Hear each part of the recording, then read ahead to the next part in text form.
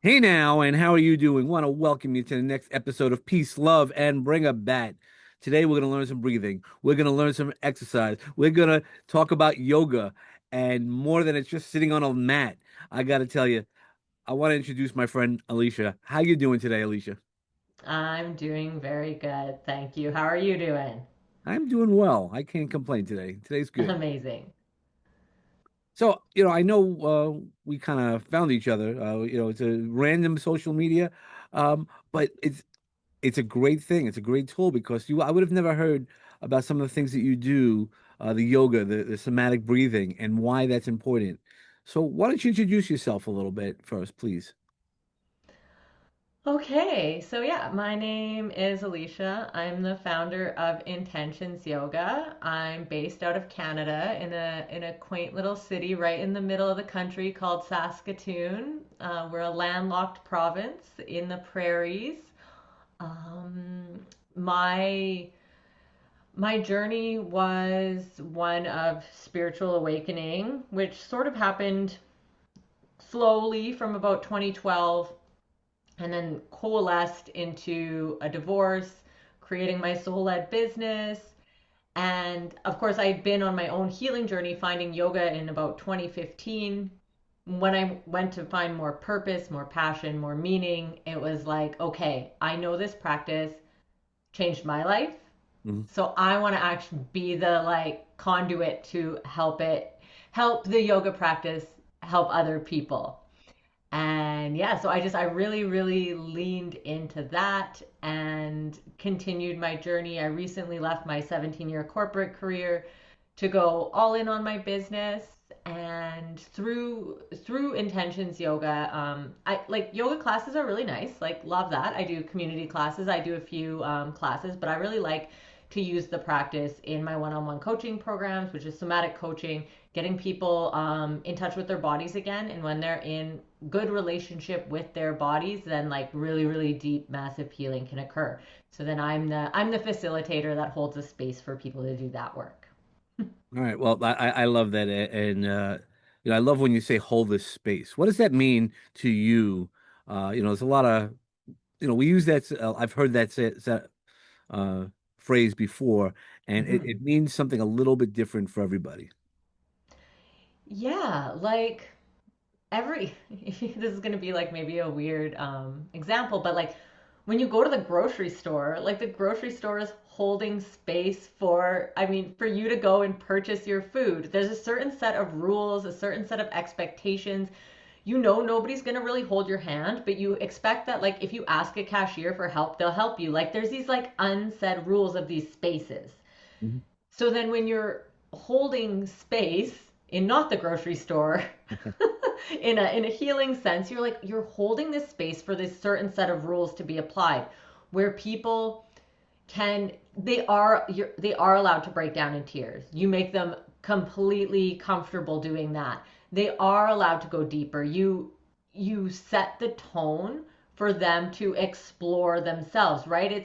It's so that they can find what's within them. In a grocery store, you're looking for strawberries. When you're when you're coming to a healing space, you're looking for like a different, like the truth of your soul, healing from childhood trauma, all of that. But it's the Right. space to do that work. Yeah, no, no, I understand. Uh, how did you get there? So your journey, you said in 2022, 2012, you Hmm. started shifting. Like, and I've been through the journey as well through healing, and Hmm. it doesn't just all come at once. Thank God, because I don't know that you can handle it all at once. How did your journey begin in that way? I started questioning the narrative. I stopped watching the news. Mm, I started realizing a pattern with all of the big kind of world events that had happened, that if you just waited a few years at that back then in 2012, it's like, okay, if you just wait like 10, 20 years, the truth of that moment will come out and then everybody just accepts it. So it was like, I was like, okay, well, if you just apply that same narrative, that same idea to the things that are happening now, then if we just wait a few years, then we'll know the truth. But so basically, everything that they're showing me isn't true. So then I just lost all, like, I was just like, I forgot about all that. But then I had to stop.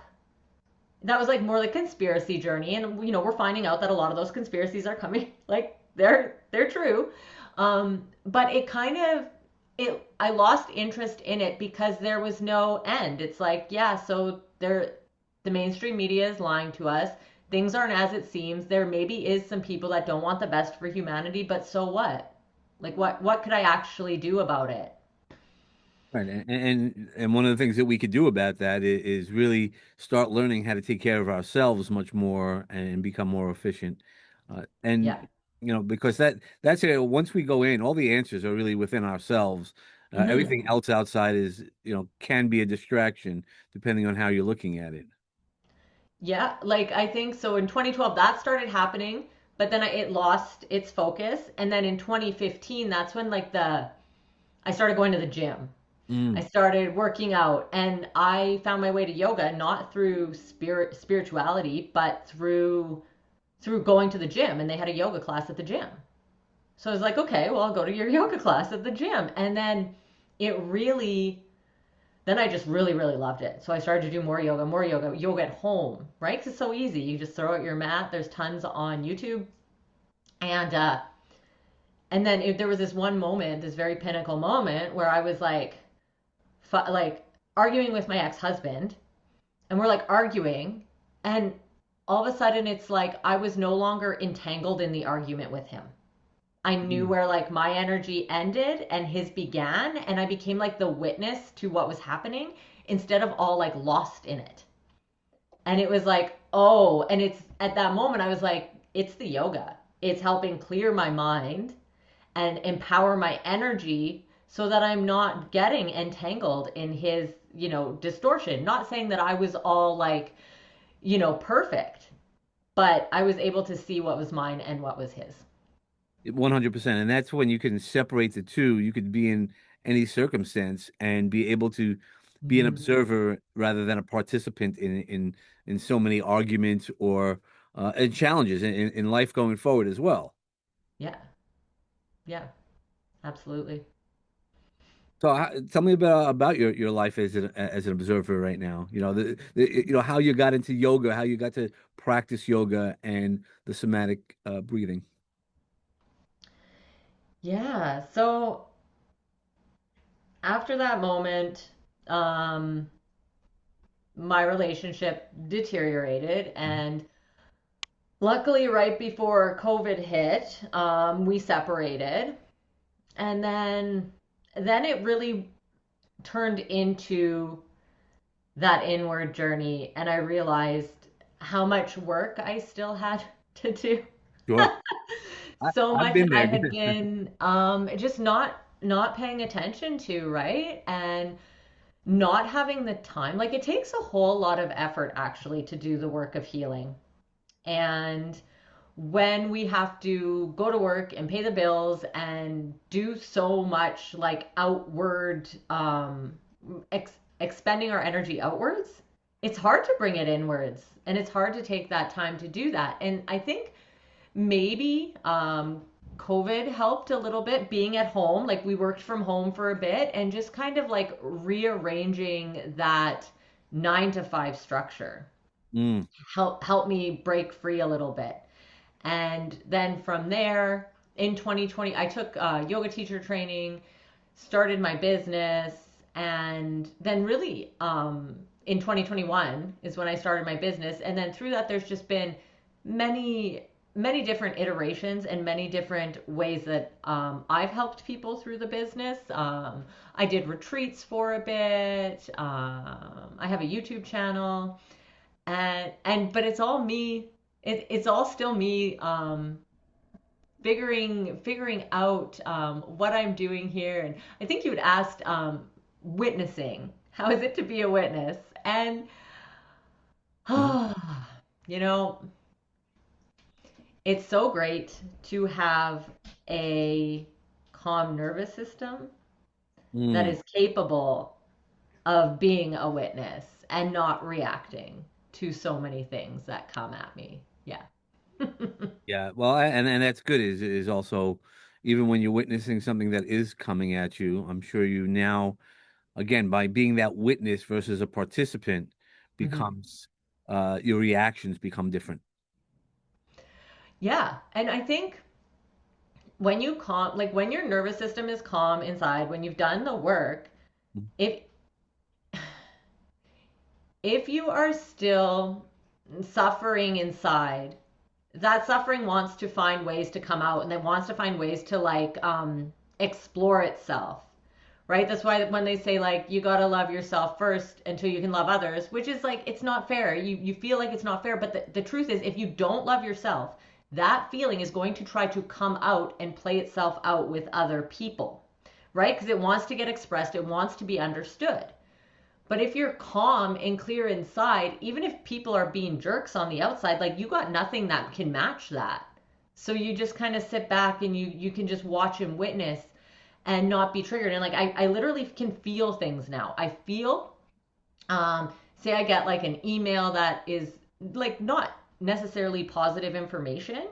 Whereas before I would feel my nervous system almost like clench. And it's like now it's like it just blows through me. And it's like I can feel that and I'm aware of that and I'm like, "Oh, like I know that I'm just so much calmer." And that's from, I'm a big proponent of doing like 40-day meditations and like as much as I am love and light, I'm super disciplined and like really structured in my practices. Yeah, no, and that's one of the things that you just kicked off a little bit earlier, a selfie challenge, right? To connect with self-love because self, right? Self-love Yeah. is so important Mhm. because if you can't love yourself, that was one of the tricks for me. I didn't know that that was even an option. There was one time somebody asked me, "Do you love yourself?" And I thought that question was like in a different language. Right. I go, "What do you mean?" I didn't know that's an option. I didn't really think about it, and it broke me down. Mhm. Mhm. And I remember crying and Oh, breaking through, and yeah. that's an option. How is that an option? And how did I not know that was an option? I was in my 50s at that point, so it was not like a young kid, Mhm. and went through most of my life looking like that, and then having to do the work to get to that self-love. What type of work when you're bringing in yoga for self-love? What are the type of things that you would guide people for through? Oh, that's a good question. So a lot of the lens that I work through when I'm working with people, especially with concepts like that aren't tangible, right? It's Mhm. not like take your left leg and move it forward. It's like, oh, self-love. How do we do that? There's the energy body that you can connect to. Mm. So these are known as the chakras, and they run from the head to the bottom of the tailbone. There's seven main chakras, and you can think of them like file folders of information that have like encoded information about who you are, the experiences you've had, the energy that's been held from them, and even like if you're willing to humor me in the past lives, Mhm. your Yep. chakras, your energy body holds all the experience you had in your past lives. And it also, they each have a bit of a flavor. So your root is safety, security. Your sacral is emotion, sexuality. Your solar plexus is your will and drive. And then the heart chakra, anahata, is the heart. So that's would be love, right? So we would connect to the heart, and we would do all sorts of, there's all sorts of postures you can do to connect to the heart, but then a lot of it is the intentionality behind it. Like when you tell someone we are doing a practice because of XYZ, then they put their mind on it. And then we move on it. And then a lot of the work, because I work with Kundalini yoga, we're holding mudras, we're chanting mantras. So we're bringing like all these technologies of our body as along with our mind, which holds the intention, into this idea of self-love. And by bringing all of those things to it, we expand it, and you can have those breakthroughs. It's oftentimes it's not in that moment, it's not when it's expected, but it's like if you keep doing the work and you keep showing up for yourself, on all of a sudden on a random Tuesday you'll notice, hey, wait, I did it. I feel it. I feel it. Yeah, it doesn't always happen at one big moment. You might have a big moment on the realization because you hadn't seen that perspective before, Right. but the healing doesn't. I mean, it really is climbing up that mountain and Mm, not realizing it, and then looking back and seeing how far up the mountain you've come. yeah. Yeah, absolutely. And then also being like, oh, and then there's another mountain Yep. over there in the Yep. distance. It never ends, but in a good way. Everybody goes, "Oh, so when do you finish?" You don't. Hmm. That's why constant growth Hmm. is one of the ways that we just keep going. Yeah. How are you constantly growing? Like I am, well, I just left my 17-year corporate career. So right now I'm really like I'm How taking is on that? a Because well, I recently 2 years ago I ended a 30-year career. So how are you feeling with that? it was like, I had been working in my business for like 5 years, and it just came this one moment. I'm like, oh, I have to make this choice now. I have to do this because the only reason I wouldn't would be because I was scared. And it's like I had done all the work that I could totally depend on myself. Like I had, um, got to a place where I was like, I 100% trust myself. So it doesn't matter like what happens. I trust myself to be able to move forward with it.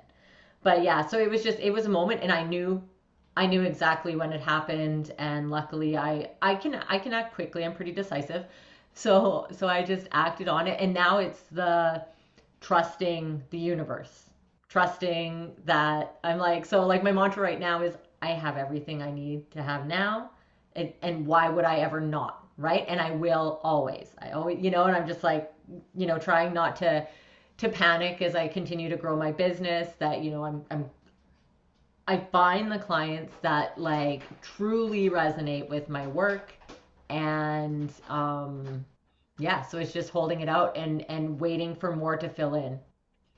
Yeah, well, that's the beauty of it. And I had gotten this advice over years, and I've been giving this advice recently, is you just have to wait till everything unfolds.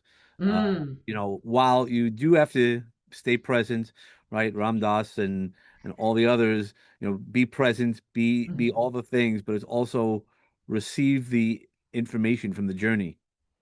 mm. Yeah, yeah. I'm getting like a lot of divine timing. Hmm. Yeah, yeah. And I like I do the work. Maybe need to learn how to sit back and receive more, Yeah, right? that's always. Because there was like for 17 years it's like you go to work, you get a paycheck. If you don't, like you always have to work. Mhm. Whereas with this the work is different. Some of it is just the allowing. But yeah, really I'm I'm just I'm just learning all of that now. So that's where I'm at growing. I'm like I'm not I'm not who I was, but I'm not who I'm going to be. And so I'm like in the middle. So when I start to get scared, I like lean into that Alecia that like I can see that she knows, and she's like 100% confident, and has it all figured out. I'm like, yeah, I'll lean into that version. Yeah, and you know all the things that you need to know for now, Yeah. and that's why we keep growing and expanding.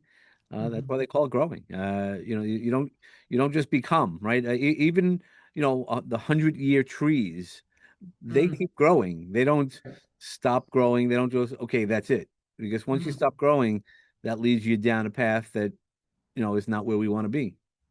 Right. Yeah. Yeah. And some people, I think like even myself, like I did stop growing for a bit. You just get caught in the cycle and the repetition, and that's when you maybe you don't want to look within for some things that you actually have to confront that would help you, if once you got rid of them, that's going to help you to keep going. Like I know, yeah, there was just times in my life where I was on autopilot completely. Yeah, no, 100%. We don't recognize it, and that's why we need to take time to break for ourselves. Not no matter what, that doesn't mean not relationships or anything. Like life happens, children happen, all those Mhm. things happen, but the opportunity is you still have to make some time to come in with yourself to kind of check in with yourself. And Mhm. I know you do that through breathing, right? So the somatic breathing, where it's, like I know we talk about chakras, and could you tell us a little bit about the breathing work that you do? Yeah, so breathing, so the word somatic, it's quite the word on the street, Yeah. and soma means body. So Correct. it's anything to do with the body. So if you say somatic breathing, that is like breathing with your body. And breathing, it's funny because you also asked about self-love. So breathing, air is related to the heart chakra as well. Hmm. And it's really interesting because it's the one thing that it's that one process, like we can't control our heartbeat, right? When we think about it, it just beats. Like maybe there's actually some monks that can after years and years of like meditation, but for us, we actually can control our breathing, or it breathes for us, Yeah. right? So we can use our breath. I use many different practices for breathing, mostly just bringing people in. You can bring people into themselves and into the present moment and into their bodies by getting them to focus on their breath. So I'll get them to focus and like come up through your nose, down into your belly. So that's one way. Another one of the very intense breathing practices is called breath of fire. And this is a nice, intense breathwork practice that we use in Kundalini yoga. And if you can think of it like going in, using your breath to go into your body and like clear away any like heavy, stagnant, stuck energy. And the analogy I like to use is like when a fire comes through and cleans out a forest so that new growth can come. Mm. So it's a really powerful panting breath just through the nose. And what you're doing is you're activating energy that's in your solar plexus, that's in your emotional chakra, in your emotional body. People say your emotions get trapped in your hips. It's because the energy center for emotions is right there. But what we do with the breath of fire is we stir all that up and we get it up and we clear it out and we feel revitalized and rejuvenated. Yeah, no, all this stuff years ago, I would have been like, nah, I don't believe any of this stuff. Right. It just sounds. But once you start doing it, make that practice. Mm-hmm. How often should somebody do that? Well, I guess let's take a step back a little bit. What advice would you give for somebody who's just starting their yoga journey? Yeah. A lot of people say, and just to frame it a little bit, a lot of Mm-hmm. people say I can't meditate. And I've always been like, you can. Let's just figure out differently, right? It's the old Buddha reference of if you can't meditate for 20 minutes, then you have to sit for 2 hours. Uh, Right. what would you suggest? Mm, I think like it's not about being flexible in your body, it's about being flexible in your mind. And like that's why I like to work one on one with people because I think the like offerings of yoga can be adapted to anyone. It's just a willingness to show up and do the practice. And if somebody was just starting out and they were suffering and they were looking for a practice, I would tell them what I tell everybody is 5 minutes a day, an intentional practice where you are taking all of your senses and taking them away from the outside world, focusing them in on yourself is going to help. Is that doing a gentle yoga practice? Is that doing some breath work? Is that journaling? Is that trying to meditate? Start with 5 minutes a day. Start layering that positive intentional practice into your life. And because all like when you're just starting, it's like making these changes is like turning a steam tanker in the ocean. It happens like really, really slow. So it's like 1 hour of class per week It's not going to make the difference of 5 minutes every day. And when you, and then just, if you can, you don't have to think any more of it. You just have to do, just show up. Okay, commit 5 minutes a day, do your practice. Then what you notice is as you do that practice, it starts to rearrange things inside of you. So then after that, then you can change and then it's not so hard. And then you start making more positive decisions, right? Because you're starting to become a little different. And from you're like in a new vantage point, new perspective, so then you can make new changes. Maybe you decide to like up that to 10 minutes. Maybe you're like, okay, I'm going to do my practice 5 minutes per day and I'm going to go to a 1 hour class per week. Oh, and I want to eat better. Oh, and I want to do this. And I'm going to go out in nature. And oh, I'm going to go to this retreat. Like it starts to snowball, but the best way to do it is to layer it in little amounts at first. Yep. That's what I always say. And then, when the people who say I can't meditate, I just go, well, treat it like a leaf on a river. Whatever comes into your head, treat Mm, it like a leaf on a river. Just let it pass by. Don't attach yourself to any of those thoughts. mm, So that way you can still be present, listening to your breath, or refocus when something comes in, refocus on your breathing. Because that refocus is really what meditation, in many ways, is that meditation, is that inside of yourself. mm. That reminds me, like, so in Kundalini we are often doing things like we'll hold our arms up for a really long time, right? And that kind of helps you, it kind of helps bring things into perspective inside. But I will often tell people, I'm like, recommit. When your arms get tired, recommit to the posture, recommit. Like you can like bring your awareness into all these different body parts, and it's just like it's not going to be forever, but just recommit for, and like that builds inner resiliency. You become like, I don't like, you just become more capable and confident, I think. Yeah, well, so that's another great point in that, when you hear yoga, for somebody who isn't practicing, or that perfect yoga, right? You just have to sit there, but you're allowed to move. Right? It's not, it's feeling. So, I know there's different ways, and again, with different poses, you're allowed to move. It's not the test isn't to be in the perfect way. It's to listen to your body. And Right. how would you suggest people to listen to their body? There were so many things for me. I didn't realize that my neck would hurt when I was handling all the stresses. That's where stress lives for me. Mm, And now that I recognize it, I'm like, okay, mm, what do I have to do? What do I have to just move differently, sit differently? What would you mm. suggest? Well, I often tell people if I'm doing like a bigger class, I'll tell them like listen to your body first and foremost. I'm your guide. Like you give them the invitation. Give them the invitation to do what their body wants to do. And some people I know are really good at this and they love that invitation. And sometimes they'll just start doing other things. And I'm like, yeah, super chill with it. But other people like to be told how to hold their body and what posture to put it in.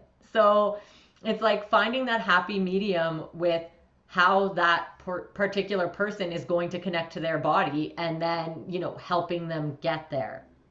Um, I do a lot of guided meditation, which is like guided meditation into the body. So feeling into the different body parts and bringing their attention inward that way. Hmm. And so I think the more that people can make space and find time to simply connect to their body, then it kind of has a wisdom of its own, right? And it'll tell them more than I ever would. So then my job is only like, how do I get them connected? How do I bring them back into union? And so that they can like access that wisdom.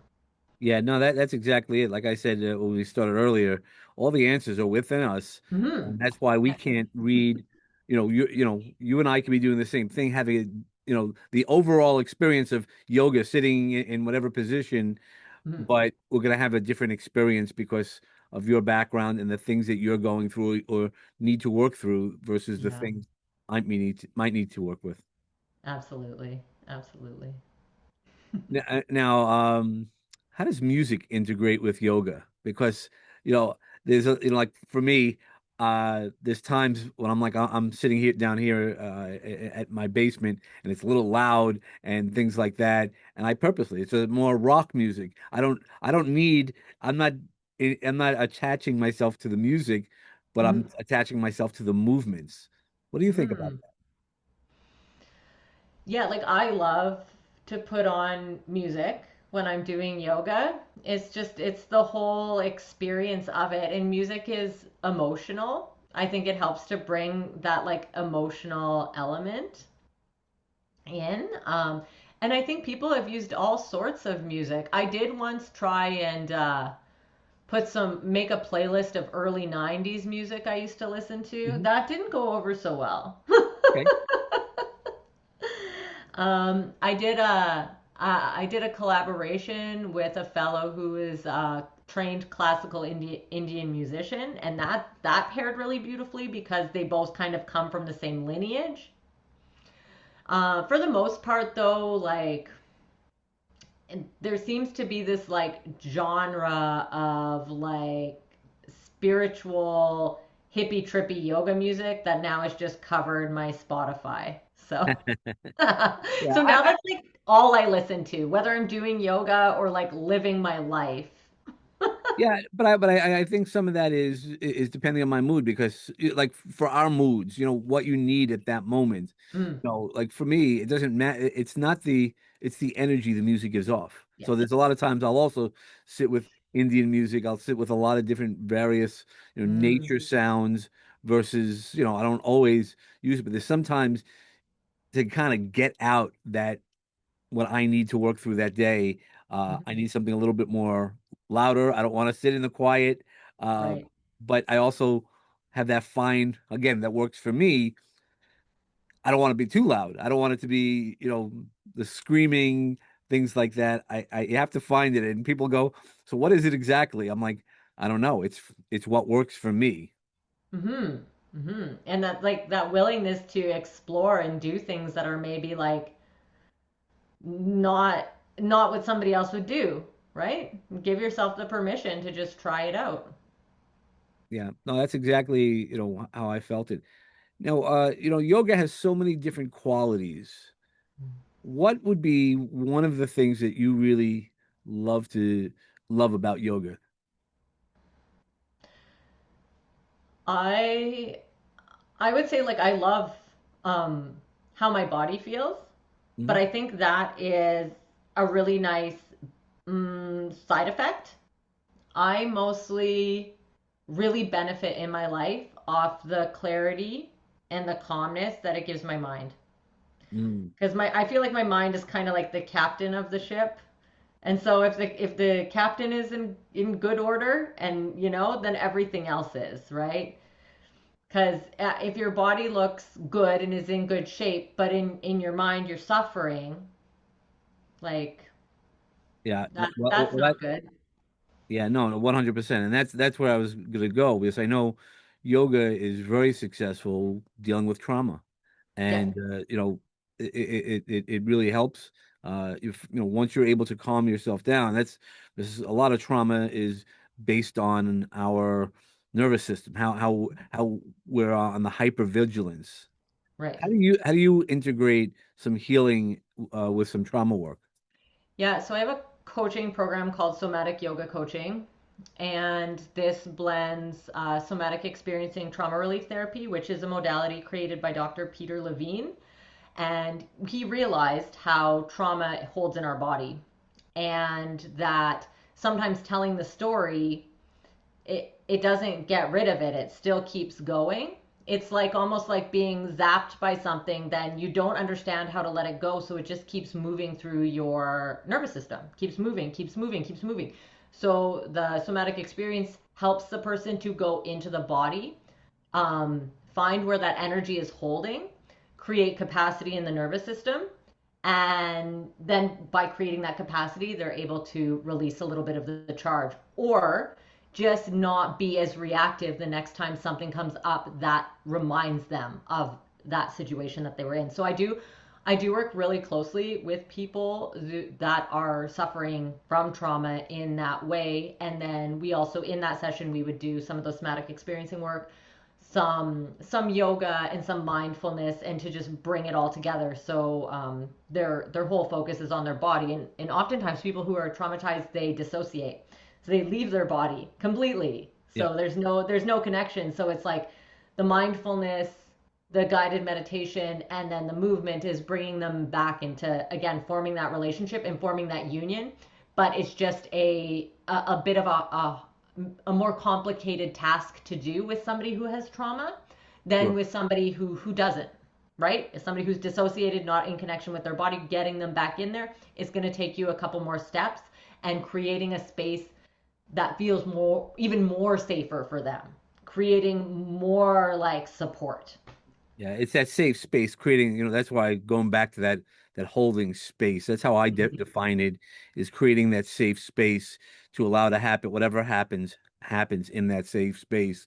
There's no Mm-hmm. judgment, there's no, like you have to do this, there's no pressure. Right. It's figuring out and listening to the person. Because I know when I've done work on people that who don't know. Not everybody knows the trauma that and their responses. Ah, it's just the way I do things. It's the way I say things, the way I that. Mm-hmm. And until you can work through some of that, or at least have them acknowledge that, becomes Mm-hmm. a different part of that journey. Yeah, absolutely. It's very it's interesting because it shows up a little different in everybody. Sure. And so you really gotta be like I use empathy as my guiding light, right? It's just to Yep. be empathic and to create a safe space for whatever comes up. Yep. No, 100%. Hmm. Now, as we're getting closer to the end of the episode, I love having people walk into the Magic Garden. And what we're going to do there is, yeah, so, you've given us so much advice and things Yeah. like that. If you can think of one other piece, a seed, that's why it's the Magic Garden, that might grow today, like the Jack and the Beanstalk, or it might just need a little more nurturing. What would be something that you would love to have grow Like in my own life? in your own life, or anywhere that you want to share? Hmm, that's interesting. Mm,